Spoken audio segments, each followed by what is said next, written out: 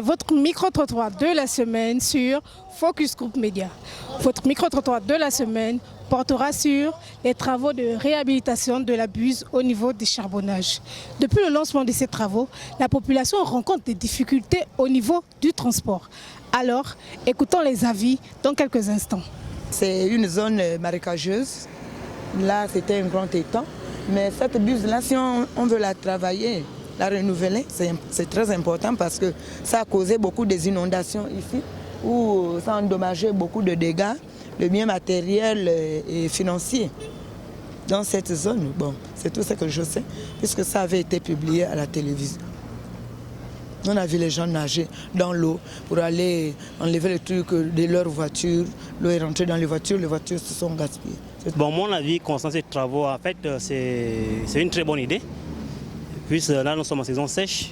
Souvent, quand il y a la saison de pluie, il y a des inondations qui emmerdent les citoyens gabonais. Donc, s'ils font ces travaux, en tout cas, moi, je suis de même avis que. Et en plus, l'entreprise, quand ils ont choisi ce Colas, ils arrivent toujours à terme sur tous leurs travaux qu'ils prennent dans ce pays. Donc, moi, je suis de même avis que ceux qui ont lancé les travaux. Donc, vous ne voyez pas d'inconvénients concernant ces travaux? Non, je suis dans le domaine, je ne vois pas d'inconvénients. Bon, d'abord pour commencer les inconvénients, parce que franchement, nous qui habitons dans la zone de charbonnage, à Libandeng, Camp de Gaulle, c'est pénible pour nous parce que, surtout pour ceux qui habitent dans la zone entre le carrefour Camp de Gaulle et charbonnage, dans la zone d'Oyo, il faut marcher de là-bas pour arriver jusqu'ici pour avoir un taxi. Chose qui n'est pas du tout normale. Bon, dans des pays un peu sérieux, on devait trouver une solution pour créer une voie de déviation, justement, pour pallier à ce problème-là. Mais si on bloque toute une voie, ça veut dire que les taximans, donc les transporteurs qui partent de l'aéroport, qui partent de lycée Léamba, n'ont plus envie d'arriver par ici parce que ça cause un embouteillage monstre par ici. Donc on est obligé tout simplement de marcher donc, du carrefour Camp de Gaulle, je vous dis du carrefour Camp de Gaulle jusqu'ici. Et là, ce que je viens de faire là, avec mon épouse, on vient de marcher du carrefour Camp de Gaulle jusqu'ici. Donc ça nous a pris pendant pratiquement 1h30 pour arriver ici. Et voilà, on arrive là. Un autre inconvénient, il n'y a pas de taxi. Vous-même regardez, vous voyez, il y a 2 taxibus avec tout ce monde-là, on se départage comment? Vous voyez? En termes d'avantage, je ne vois rien. Rien du tout. Il n'y a pas d'avantage. Parce que bon, ils ont dit, bon, c'est pour désengorger l'endroit, parce que ça s'inonde ici, bon voilà. Mais apporter un plus. Créer une voie de déviation pour trouver une solution que de traiter les Gabonais comme ça. C'est pas sérieux, madame, c'est pas sérieux. C'est bien parce que plus tard, ça pourra servir. Mais ils n'ont pas peut-être choisi, comment on peut dire, la bonne saison ou le